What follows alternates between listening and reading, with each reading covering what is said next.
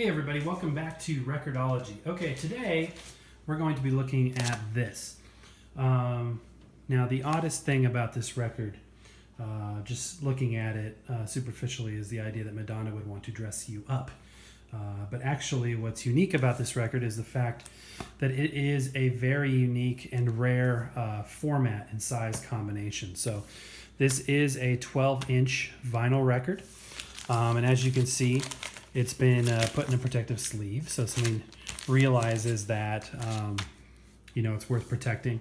But if you look on the back here, the first thing you see that's kind of odd is the fact that it only has two songs, or I should say two sides with one song on one and two on the other. So that's really rare that you would have a 12-inch vinyl record with only essentially two tracks. But then if you keep looking, see something else is really out of place here on a 12-inch vinyl record, and is this guy right here, 45 RPM.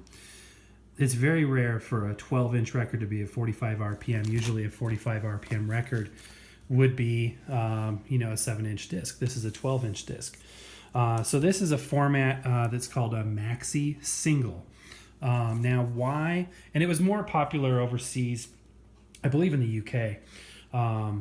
But why would you want, what benefit would you have from putting only two songs on a 12-inch vinyl record?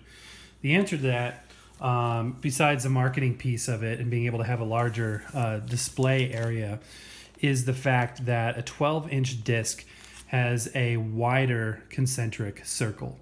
Now, this is a very important dynamic when it comes to recorded analog discs, is that the tighter the circle is of the groove, and the tighter that the needle has to turn, the poorer sound quality you get. And the reason for that is centrifugal force puts more pressure on the outside groove edge wall.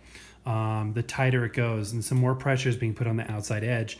Therefore, if you're doing stereo, you're getting more volume from that left edge wall than you are from the inside groove wall. So to have a record that's larger, has less of the circles are wider and they're less tight. Therefore, the sound quality is going to be better and more evenly balanced between the two channels. So anyway, let's give this thing a look-see. Also, you may be aware that vinyl records grooves are when the records are created, when they're recorded or pressed. And by the way, look at that anti-static sleeve, the real deal there.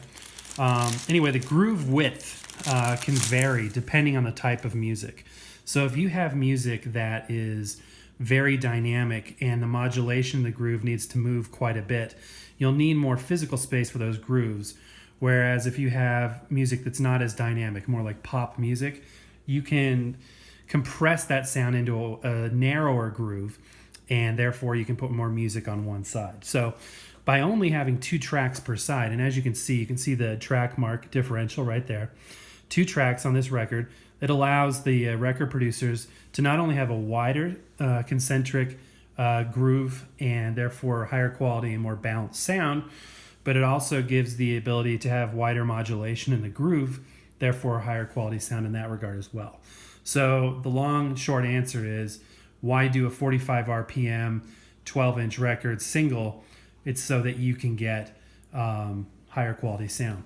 Now, with all analog media, the more media that you use equals higher quality. So 45 RPMs, you're going to be spinning that record faster than a 33 1/3 RPM disc.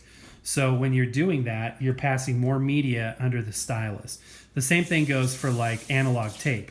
If you are recording analog tape and you're using, 7 inches per second versus the 3 1/4 or whatever it is, the more media, the better quality. So let's go ahead and give this thing a listen.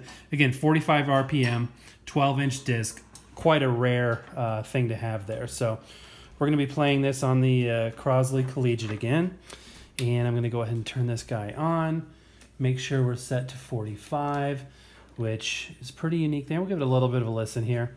Let me know down in the comments what you think, if you have any 12-inch 45s, if you've ever seen anything like this before. It's a pretty unique thing. On this type of a record player, you're not going to be able to notice the sound quality difference compared to if you were to play a 12-inch LP version of this song. But, you know, if you have a high fidelity setup, you're going to be able to notice that. And again, we are giving premium sound here because of the format, size, and speed as well. So let's give it a little bit of a listen.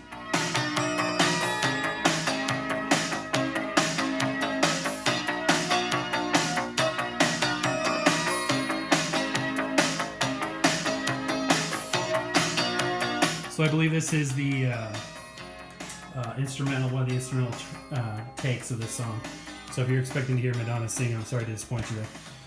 Another little trick while I got the collegiate out here that one of my viewers shared with me is if you have seen us review some of the higher end turntables with the adjustable tone arms, this is a non-advertised feature. But this one actually is adjustable. You can unscrew this to lessen the weight or screw it in to increase the tone arm weight. So the tracking force can be adjustable. Of course, you're not going to know what it is on this one because I don't think there's any markings of any kind, but it is adjustable. Sort of an unadvertised feature of the collegiate. So if it's tracking too light and it's skipping, you can increase a little bit of weight there. And again, the collegiate features a really nice moving magnetic cartridge by Audio-Technica there. So anyway, back to the record there. That is a 45 RPM, 12-inch record. It's pretty thin, but fairly unique. You know, not something that you see every day.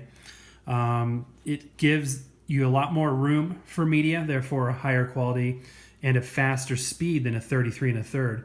Therefore, more media equals higher quality as well. So, all right, guys, I hope you enjoyed that video. Let me know down in the comments if you have any questions or if you yourself have any more information about this interesting format or if you have any of these records. So there you go. I hope you guys enjoyed this video. Thank you for watching. Happy record hunting. We'll see you next time. Take care.